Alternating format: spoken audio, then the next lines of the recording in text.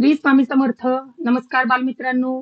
आपण एक तसावीच्या मराठी बालभारतीच्या पुस्तकातील पाठ पहिला म्हणजे कविता आहे ती सत्यशिवाहून सुंदर ही प्रार्थना. आपण त्याच्यावरचा संपूर्ण स्वाध्याय व उपक्रम घेणार आहोत. या कवितेचे लेखक आहेत जगदीश खेबुडकर. कवितेचे कवी आहे जगदीश खेबुडकर. त्याच्या आधी माझ्या चॅनलला लाईक करा, सबस्क्राईब करा, शेअर करा, कमेंट करा. श्री स्वामी समर्थ.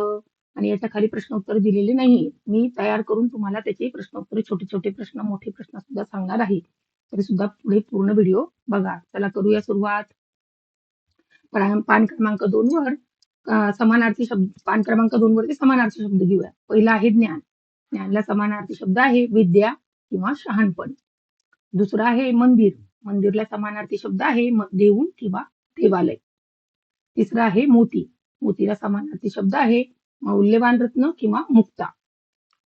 चौथा आहे सागर. सागरला समानार्थी शब्द आहे समुद्र, रत्नाकर आणि सिंधू. आता एका वाक्यात उत्तरे लिहा.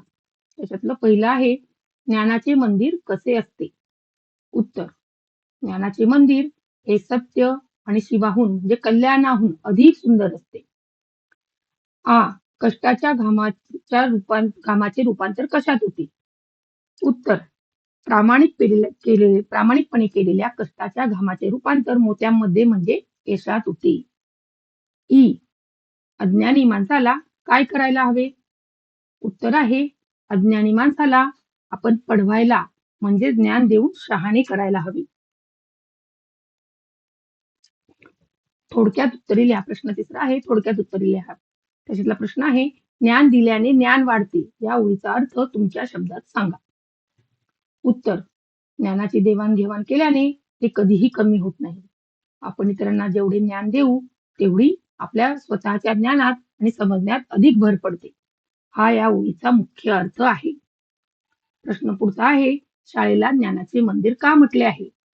उत्तर: मंदिरात जसे पावित्र्य आणि शांती असते तशीच ती शाळेत असते. शाळेत आपल्याला ज्ञान मिळते, आपल्यावर चांगले संस्कार होतात आणि आपले उज्ज्वल भविष्य घडते. म्हणूनच शाळेला ज्ञानाचे मंदिर म्हटले आहे. यमक जुळणारे शब्द आणि स्वमत. प्रश्न चौथा कवितेतील यमक जुळणारे शब्द लिहा. दामाचे, घामाचे. घडवावा, पडवावा. नसे, असे, दिसे.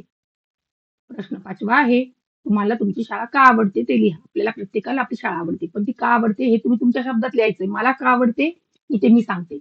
मला माझी शाळा खूप आवडते कारण या शाळेत मला नवनवीन गोष्टी शिकायला मिळतात.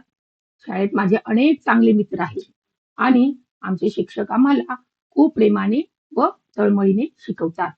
म्हणून मला माझी शाळा खूप आवडते. उजळणी करूया. व्याकरण विभाग. याच्यातले खाली एक वाक्य दिलेलं आहे. त्याच्यातले नाम, सर्वनाम, विशेषण, क्रियापद ओळखायचं आहे आपल्याला. वाक्य आहे सुंदर शाळा आपल्याला ज्ञान देते. याच्यातलं सुंदर, सुंदर हे विशेषण आहे. बघा हिरव्या अक्षरातलं सुंदर हा शब्द त्याच्या खाली हिरव्या अक्षरात बाण दाखवलाय. बघा कुठे जाऊन विशेषण वर. सुंदर हे विशेषण आहे. नामाबद्दल विशेष माहिती सांगणारा शब्द ला विशेषण म्हणतात. मग त्या वाक्यात सुंदर हा शब्द विशेषण म्हणून आला आहे. दुसरा आहे शाळा. शाळा तपकिरी रंगाच्या याच्यात लिहिलं आणि त्याच्या खाली बाण दाखवलाय बघा शाळा. शाळा नाम आहे. शाळा आणि ज्ञान हे दोघं शब्द नाम आहेत. व्यक्ती, वस्तू किंवा ठिकाणाच्या नावाला आपण नाम म्हणतो. शाळा आणि ज्ञान हे शब्द नाम आहेत. तिसरा आहे आपल्याला. निळ्या अक्षरातलं. निळ्या अक्षराला बाण दाखवला आहे. आपल्याला हे सर्वनाम आहे. नामाऐवजी येणाऱ्या शब्दाला आपण सर्वनाम म्हणतो. आणि पिवळ्या अक्षरात आहे शब्द देते. देते हे क्रियापद आहे. वाक्याचा अर्थ पूर्ण करणाऱ्या क्रियावाचक शब्दाला क्रियापद म्हणतात. सुंदर शाळा आपल्याला ज्ञान देते. याच्यातलं सुंदर हे विशेषण आहे. शाळा आणि ज्ञान हे नाम आहे. आपल्याला हे सर्वनाम आहे आणि देते हे क्रियापद आहे. कसं वाटलं तुम्हाला प्रश्न उत्तर मित्रांनो.